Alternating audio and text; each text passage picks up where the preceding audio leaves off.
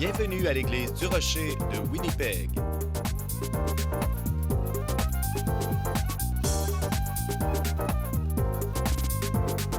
Demeurez avec nous pour un autre message qui provoquera votre pensée du pasteur Mark Hughes.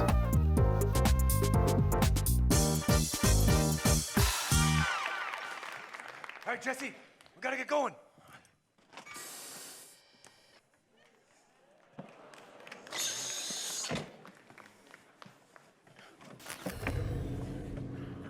Time circuit's on. Flux capacitor.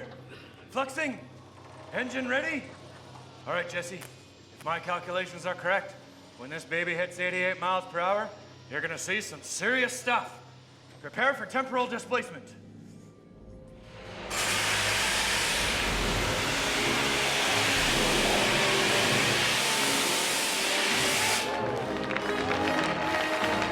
Eh bien, joyeuse Pâques à tout le monde. J'ai un excellent message de Pâques à voyager dans le temps. Et j'imagine, je ne sais pas si vous avez remarqué, mais lorsqu'on regarde les films aujourd'hui, vous voyez comment ils aiment le genre de voyager dans le temps. Je pense que c'est plus populaire que tous les films, sauf les films de zombies. Et les films de zombies, je ne comprends pas parce que les zombies, c'est même pas vrai. Tandis que voyager dans le temps, oui. Et c'est possible là, que je parle de voyager dans le temps plus que l'être humain, plus que tout être humain. Oui, je suis fasciné un peu, je vais l'admettre. Et il y a quelques années, je prêchais un message et j'ai parlé de voyager dans le temps. Et dans mon message, je disais que je bâtissais un flux capaciteur dans mon garage et j'avais oublié ça, mais 2 mois plus tard, cette émission est passée à la télévision et j'avais oublié. C'était le lundi après-midi. Et cette émission avait été à la télé le dimanche d'avant et j'étais devant un étalage de magazines à l'épicerie et un étranger me tape sur l'épaule et me dit « Il n'y a pas de magazine ici sur comment bâtir un flux capaciteur. » Alors, je me suis dit « Oh! » J'étais très confus parce que j'avais oublié, mais là, je venais de réaliser que l'émission avait passé la veille. Mais la bonne nouvelle, c'est que vous n'avez pas besoin de bâtir un flux de capaciteurs. Ils sont disponibles sur eBay. Et regardez, en voici un ici, sur eBay, 41 $. Et vous pouvez le brancher dans l'allume-cigare et toute voiture devient une machine à voyager dans le temps. Et en plus, il va charger votre téléphone cellulaire. Alors, qu'est-ce qui nous fascine là, sur voyager dans le temps, à part du fait de vouloir gagner la loterie ou gagner à la bourse en allant dans le futur? Mais je pense que ce qui nous attire vraiment, c'est cette idée que peut-être qu'on pourrait aller dans le passé et changer un événement de notre vie. Parce que si on pouvait changer quelque chose dans le passé, on pourrait changer notre présent, n'est-ce pas? Et moi, je suis certain que chaque personne ici dans cette salle, vous avez un événement dans votre vie où vous feriez n'importe quoi pour retourner et pouvoir le changer. N'est-ce pas? Qui a ce moment ici? Moi, j'ai pas eu un de ces moments comme ça depuis hier. Hier, si je pouvais changer hier, je serais content, mais c'est exactement ce qui arrive dans Superman 2. Hein? Vous vous souvenez, 1974, Lois Lane, elle meurt dans un tremblement de terre et Superman il est très triste. Alors, ce qu'il fait, c'est qu'il vole autour du monde à la vitesse de la lumière. Et vous vous souvenez dans quelle direction il est allé? Il est allé à l'inverse des aiguilles du cadran d'une montre. Alors, il dit, je vais revenir dans le passé. Et là, il fait tourner la Terre. Il arrive 10 minutes avant et il sauve Lois Lane et tout le monde est content. Mais le problème avec ça, c'est qu'il ne connaissait pas la science. Laissez-moi vous parler de la théorie de la relativité.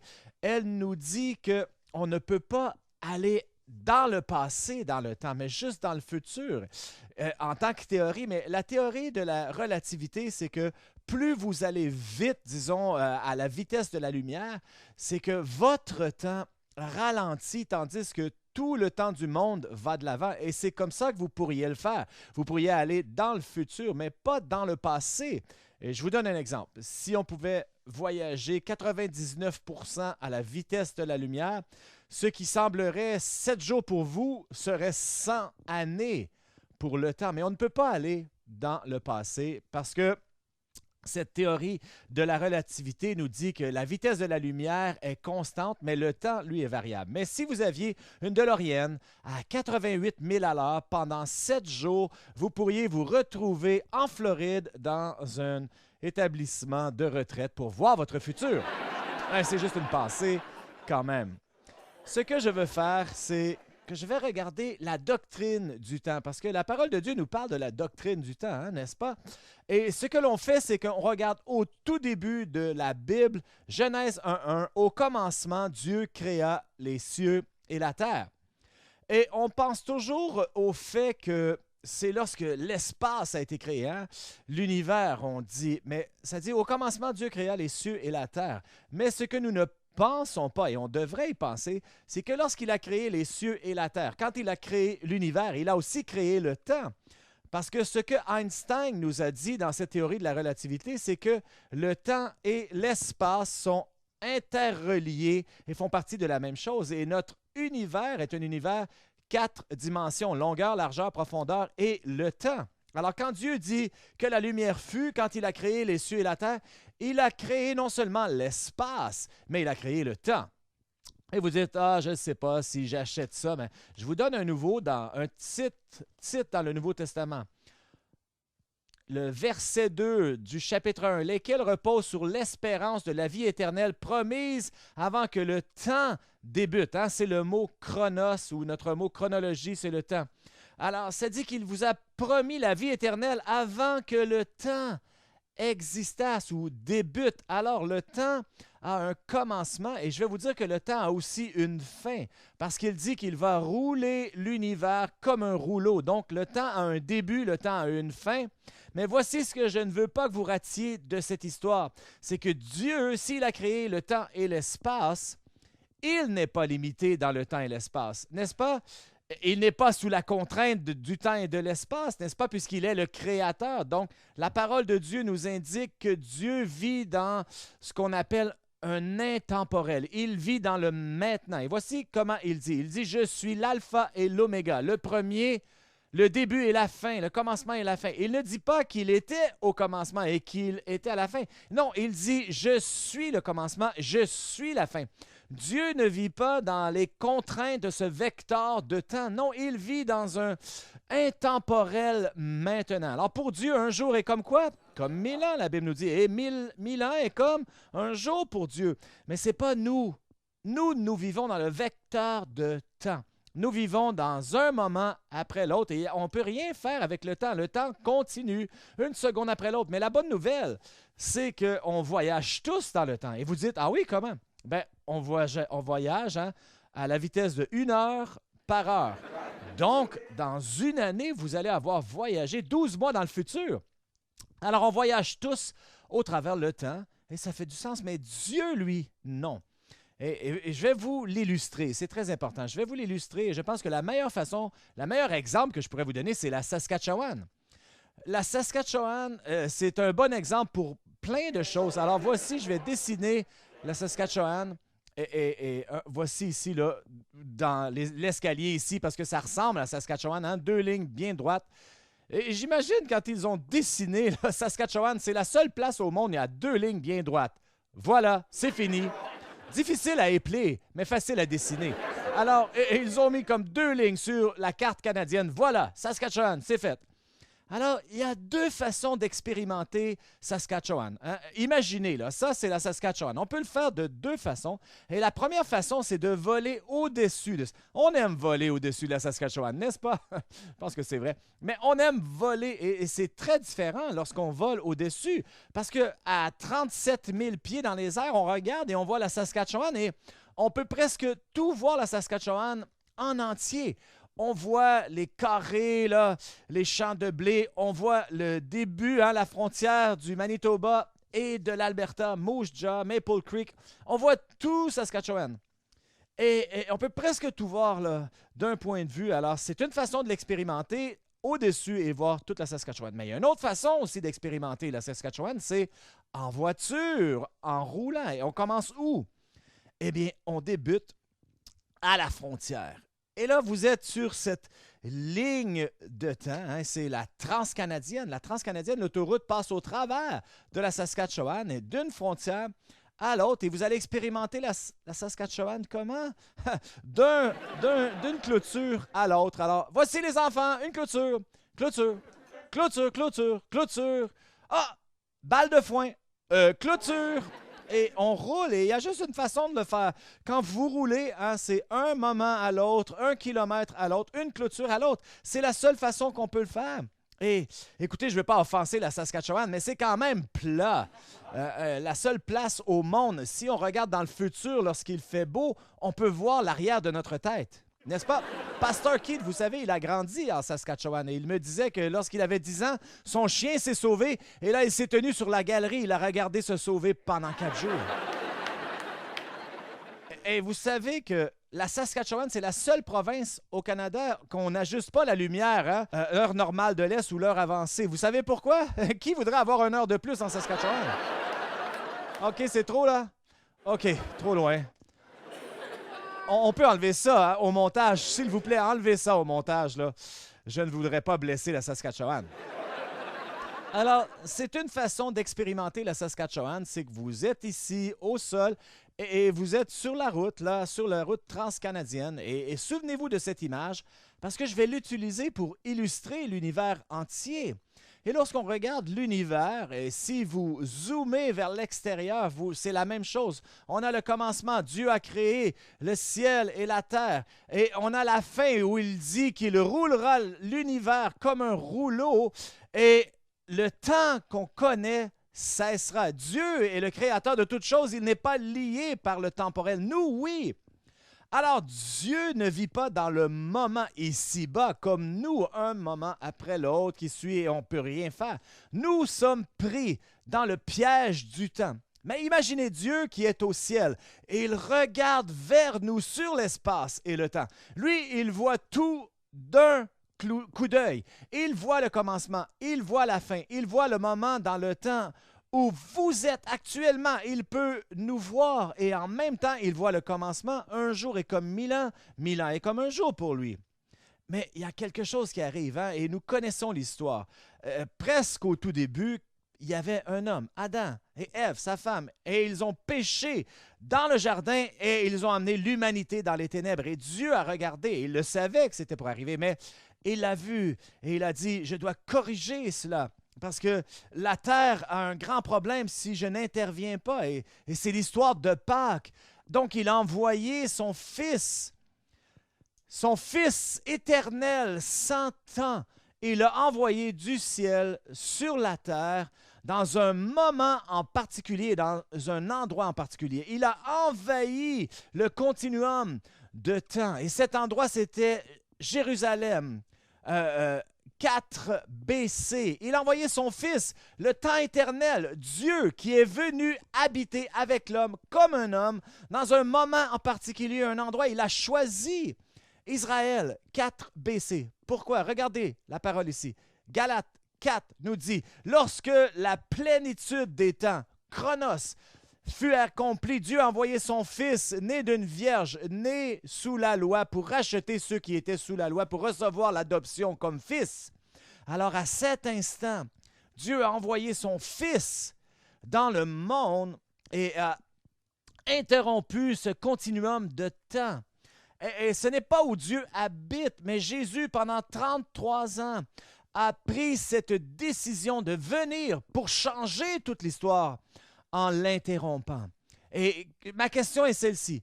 Que serait-il arrivé si Dieu n'avait pas fait ça? Si Dieu n'avait pas envoyé son Fils dans cette histoire, que serait-il arrivé? Qu'est-ce que le monde aurait de l'air si Jésus n'avait pas fait cela? Pensez-y.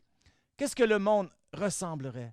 On serait probablement tous dans des camps de concentration. Le monde serait dirigé par des despotes. Ce serait probablement le plus grand chaos. Ça va pas bien dans le moment, mais imaginez si vous enleviez toutes les églises, tous les chrétiens, qui s'occuperaient des pauvres, des orphelins, des hôpitaux, qui combattrait pour la justice et la vérité, qui se tiendrait debout pour ce qui est bon? Personne. Mais parce que Jésus, le Fils de Dieu, est venu dans le monde, tout a changé à cet instant. Et on définit l'histoire par cet instant. Tout est arrivé avant, comme on appelle ça, BC. Et tout ce qui est arrivé après, on appelle ça AD, Anno Domini, l'année du Seigneur. Tout après cet instant et tout avant cet instant, Dieu a interrompu ce temps historique et a tout changé. je ne sais pas, vous savez, ma fascination avec le voyager dans le temps. Alors, je me suis joint à un club de voyager dans le temps, mais j'avais de la difficulté à rentrer dans ce groupe. Hein? Il recule des années. C'est bon, hein? OK. Alors, ce que je veux faire, j'aimerais parler à quel point ça nous affecte. Et il y a un verset qui est très, très important. Et c'est dans 2 Corinthiens, chapitre 5, le verset 16, qui dit ceci. « Ainsi, dès maintenant, nous ne connaissons personne selon la chair. Et si nous avons connu Christ selon la chair, maintenant, nous ne le connaissons plus. » Écoutez, de cette manière. Donc, si quelqu'un est en Christ, il est une nouvelle création. Les choses anciennes sont passées. Voici, toutes choses sont devenues nouvelles. Et je ne veux pas que vous ratiez cela. Ça, c'est notre moment BCAD. Voilà où nous avons expérimenté le changement dans ce temps. Pas 4 BC, mais quand nous acceptons Christ. Si nous sommes en Christ, voici ce qui arrive. Les choses anciennes sont passées et toutes choses sont devenues nouvelles. Nous avons notre propre moment. Dieu ne revient pas changer les événements de votre passé, mais il change l'effet de votre passé. Et quand vous venez à Christ, ça dit toutes choses sont passées, toutes choses sont devenues nouvelles. Alors, je vais vous donner quelques instants pour vous montrer à quel point là, nous retirons de cette chose. Et je vais vous expliquer, j'ai 3 points là. Le premier point, c'est le blast du passé. Deuxièmement, on réinvente le présent. Et troisièmement, on sécure le futur. Ça rime un peu quand même, hein? Oui, c'est torturé un peu, mais quand même. Alors, parlons du premier point. La première chose qui arrive, c'est que nous blastons le passé, donc nous éliminons le passé. La Bible nous dit « Quiconque est en Christ, les choses anciennes sont passées ». Alors, voici ma question pour vous. Qui a écrit cela? Vous vous souvenez, qui a écrit 2 Corinthiens? Paul, l'apôtre Paul. Et il dit « Toutes choses sont passées ». Est-ce que Paul, l'apôtre, avait-il un passé? Vous vous souvenez? Il avait un autre nom. Comment s'appelait-il? Saul de Tarse. Saul de Tarse est devenu l'apôtre Paul. Et pensez-vous qu'il avait un bon passé? Que faisait-il avant d'être chrétien? Il persécutait l'Église et il tuait les chrétiens. Voilà ce qu'il faisait. Souvenez-vous, il était celui qui avait consenti à la mort d'Étienne. Étienne était celui qui a été lapidé en prêchant. Et ça, c'était quelque chose de bien différent. Hein? Honnêtement, là, c'est pas quelque chose de post-moderne. Écoutez, c'était différent. Mais Paul était mauvais. Saul de Tarse était une mauvaise personne. Et là, il arrive. Et là, il est le prédicateur maintenant. C'est là, mais il vient dans ton église. Il dit, celui qui persécutait l'église maintenant est au milieu de nous. Imaginez, Paul qui était Saul de Tarse, s'il venait prêcher dans ton église, alors vous dites, est-ce qu'il vient faire du ministère ou nous tuer? Je ne suis pas certain. Écoutez, tout le monde a des AB et ça, c'était son AB. Alors, Paul dit ceci. Il dit, si vous êtes en Christ, toutes choses sont passées. Il comprenait cela. Et c'est pour ça que dans Philippiens 3, il dit, oubliant les choses qui sont en arrière. Une chose je fais, dit-il, j'oublie ce qui est en arrière. Pourquoi? Parce qu'il savait qu'à ce moment, dans le temps, quand Christ est entré dans sa vie, il est devenu une nouvelle créature. Les choses anciennes avaient passé et il savait que nous devions arrêter de regarder en arrière. Souvenez-vous, hein, quand on bâtit une voiture, hein, même la DeLorean ici, avez-vous remarqué qu'il y a un gros pare-brise au devant de la voiture et un tout petit rétroviseur? Pensez-vous qu'ils pensent qu'on devrait passer plus de temps à regarder en avant qu'en arrière? Mais on voit souvent les gens, même après qu'ils soient devenus chrétiens, ils passent trop de temps à regarder en arrière plutôt que vers l'avant. Et Paul dit, toutes choses, les choses anciennes sont passées. Et moi, si je pouvais revenir au passé, qu'est-ce que je dirais aux gens? Je leur dirais, arrêtez de vivre dans le passé. C'est ce que je leur dirais. Et pensez-y un instant. Là. C'est bon, c'est très bon, c'est pour vous, c'est gratuit. Alors, nous avons l'apôtre Paul qui se définit comme le chef des pécheurs. Il devient le chef apôtre et il comprenait que peu importe ce qu'il a fait, ce qu'il avait été, Dieu pouvait le pardonner. Et laissez-moi vous dire ceci aujourd'hui. Peu importe ce que vous avez fait, d'où vous venez, le genre de style de vie que vous avez, vous devez savoir qu'il n'y a rien de si grave que vous auriez pu faire qui vous disqualifie de devenir la personne que Dieu vous a créée. Dieu est capable de vous pardonner de tout ce que vous avez fait. Il dit que vos péchés et votre injustice, il ne s'en souviendra plus, et il jettera votre péché dans la mer de l'oubli. Les choses anciennes sont passées. Et ça, c'est une bonne nouvelle.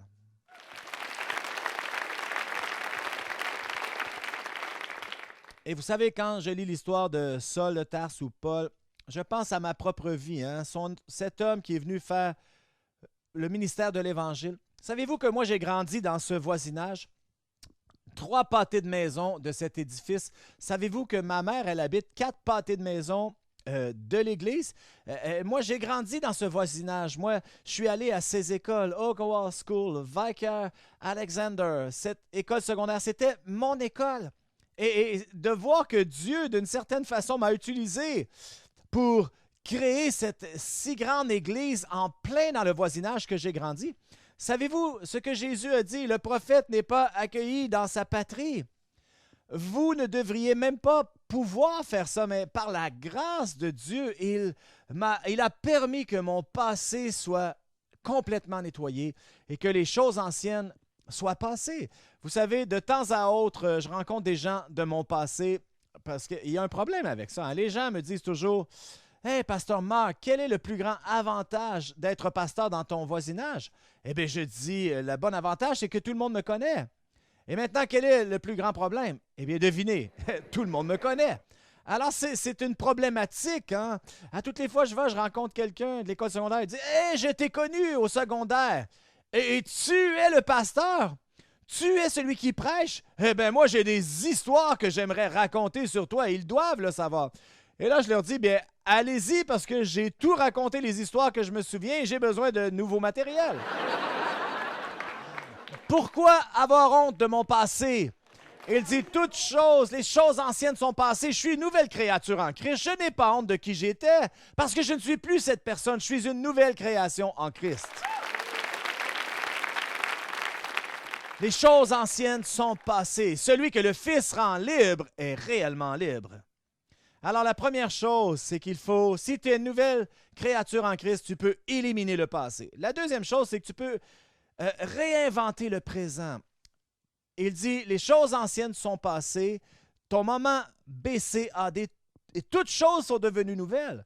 Est-ce que vous vous souvenez quand vous êtes devenu chrétien le lendemain, Vous êtes devenu chrétien, le lendemain, la vie était merveilleuse. Vous sortiez de votre lit, vos dettes étaient payées, votre femme ressemblait à Angelina Jolie et votre perte de cheveux miraculeusement avait été guérie. N'est-ce pas, les gars? Mais non, vous ne vous souvenez pas de ça, c'est pas ça qui est arrivé. Le lendemain matin, vous aviez plein de dettes et votre femme n'était pas si belle que ça. Et vous aviez encore la coupe Donald Trump. Vous aviez encore cela. Rien à l'extérieur avait changé. Quand la Bible nous dit que les choses anciennes sont passées, tout est devenu nouvelle, il parle de l'intérieur. Ce qui se passe à l'intérieur. On ne peut pas vraiment changer quelqu'un de l'extérieur vers l'intérieur. On peut changer quelqu'un de l'intérieur vers l'extérieur, c'est tout. Alors, ce qu'il fait, c'est qu'il essayait de saisir notre cœur. Et s'il peut renouveler ton cœur, eh bien, tout va changer. Je vous raconte une histoire des années 50. Un gangster criminel, Mickey Cohen. C'était un gangster à Los Angeles dans les années 50 et en même temps, il y avait un évangéliste que tout le monde connaît, Billy Graham, qui était en ville. Et dans les années 50, c'était une célébrité. Il y avait des croisades sous la tente et tout ça. Des milliers de personnes venaient à Christ sous son message, des politiciens, des acteurs, des vedettes. Et Mickey Cohen, ce gangster notoire, est invité à une croisade de Billy Graham par certains de ses amis. Alors, il vient, il entend le message qui le captive et il donne sa vie à Christ. Alors, les gens ne pouvaient pas croire maintenant qu'on parlait de Mickey Cohen qui était devenu un chrétien. Et ils l'ont regardé. Et les semaines qui ont suivi, les mois qui ont suivi, il n'y a rien qui a changé. Il vendait de la drogue, il avait encore ses gangs, il frappait et tuait des gens encore. Et quelqu'un est venu le voir et lui a dit « Mickey, tu es devenu chrétien, mais il n'y a rien qui a changé dans ta vie. » Et il dit « Mais personne ne m'a dit que je devais laisser mon emploi. » Voici ce qu'il a dit. Et ensuite, il a dit, on a des acteurs chrétiens, des athlètes chrétiens, des politiciens chrétiens, pourquoi pas des gangsters chrétiens? Il n'avait pas vraiment saisi, n'est-ce pas, le message? Quand Dieu se saisit de ton cœur, ce qui est à l'intérieur commence à changer, commence à se manifester. Même s'il nous change de l'intérieur vers l'extérieur, si ce changement arrive vraiment, on voit l'extérieur un changement. Et moi, j'ai ma propre histoire. On avait une retraite des hommes, il y avait 40 gars avec moi, on était dans une retraite dans les bois. Et moi, je prêchais à ces gens-là d'engagement. Et vous savez, en tant qu'homme, on devait être engagé à Christ et vivre comme des chrétiens. Et je les mettais au défi. Et à la fin de mon message, j'ai dit, je veux prier pour quelqu'un qui veut être plus engagé à Christ. Alors, il y avait une nouvelle personne dans l'Église. Je pense que ça faisait que quelques semaines avec nous. Je ne sais même pas s'il était chrétien, mais il vient, il avance en avant et il veut que je prie pour lui. Alors, comme il s'avance, et n'oubliez pas, je priais pour leur cœur, donc je mets ma main pour toucher son cœur et sur sa poitrine comme ça. Et comme je viens pour faire ça, pour prier pour lui comme ça, dès que je suis arrivé proche, il a frappé ma main. Et il a repoussé comme ça. Et j'étais surpris. J'ai dit, « Hey, pourquoi tu fais ça? » Et il a sorti deux joints de Marie. Il dit, « Je pensais que tu voulais voler ma drogue. » Alors, je me suis dit, ouais, c'est ce que je veux faire, un peu en réalité. Mais voyez-vous, c'est pas l'extérieur. Je voulais pas lui enlever sa drogue, mais plutôt toucher son cœur. Parce que si tu peux saisir le cœur d'une personne, tu peux changer sa vie. Mais trop souvent, on focus sur l'extérieur au lieu de l'intérieur. Qu'est-ce que ça veut dire? On doit réinventer. Qu'est-ce qui doit changer dans ta vie dans le moment? Qu'est-ce qui doit changer? Peut-être la douleur du passé, peut-être l'amertume, la rancune, la jalousie, la haine et toutes ces blessures sous la surface. Voilà les choses qui doivent changer. Et si nous pouvons changer ces choses-là, si nous pouvons changer ces choses-là, sous la surface, eh bien, ça va faire toute la différence au monde. Les gens peuvent changer, les gens vont changer si on leur donne la chance, n'est-ce pas? Donc, la première chose, c'est on doit éliminer le passé. La deuxième chose, c'est on doit réinventer le présent. Et la dernière chose, c'est qu'on doit sécuriser le futur. Alors, ça dit que la raison pour laquelle Dieu est venu, c'était pour nous donner la vie éternelle et nous donner l'adoption comme fils. Et vous savez, l'état dans lequel Dieu vit, intemporel, éternel, eh bien ça, c'est notre héritage. C'est notre futur. Et quand vous regardez la vie, là, 70, 80, peut-être certains vont vivre à 100 ans, ce que nous accrochons après, c'est rien à voir à comparer avec l'éternité. C'est juste une répétition. John Newton qui a écrit « Grâce est finie », hein? Le dernier couplet « Quand nous serons pendant 10 000 ans ». Pendant 10 000 ans, célébrer ses louanges, eh bien, nous aurons qu'au commencement, comme au tout début. 10 000 ans, on ne fait que commencer. Pourquoi? Parce que nous serons maintenant dans l'éternité. Et c'est notre héritage. Et ce que nous faisons dans ce monde déterminera ce qui arrivera dans l'autre monde. Et le fait que Christ est venu envahir votre vie, mais quand tu l'as invité dans ta vie, il a envahi le temps de ta vie. Et non seulement qu'il est mort pour tes péchés, mais il est ressuscité. Tu sais, il est mort pour tes péchés, mais il est ressuscité afin que tu aies la vie éternelle. Et c'est pour ça que Paul dit ceci. Si Christ n'est pas ressuscité, eh bien, nous faisons ça pour rien. Mais parce que Christ est ressuscité des morts, tout a changé, n'est-ce pas? Le salaire du péché, c'est la mort, mais le don gratuit de Dieu, c'est la vie éternelle en Jésus-Christ. Et la raison pour laquelle notre futur est sécure, c'est parce que notre Dieu et seulement notre Dieu est le seul ressuscité des morts. La chrétienté commence où la religion arrête avec la résurrection. Mohamed est mort, Bouddha est mort, Confucius est mort, Elvis est mort, mais Jésus est vivant. Il est ressuscité des morts et il vit pour toujours pour te donner la vie éternelle. Christ est ressuscité. Christ est ressuscité. Il est ressuscité vraiment.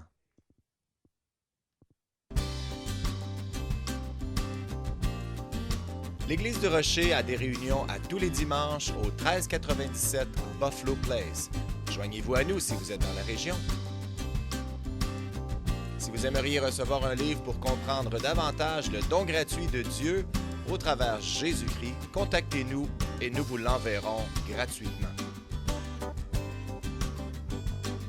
Visitez notre site web au www.churchoftherock.ca. Merci d'avoir été avec nous et que Dieu vous bénisse.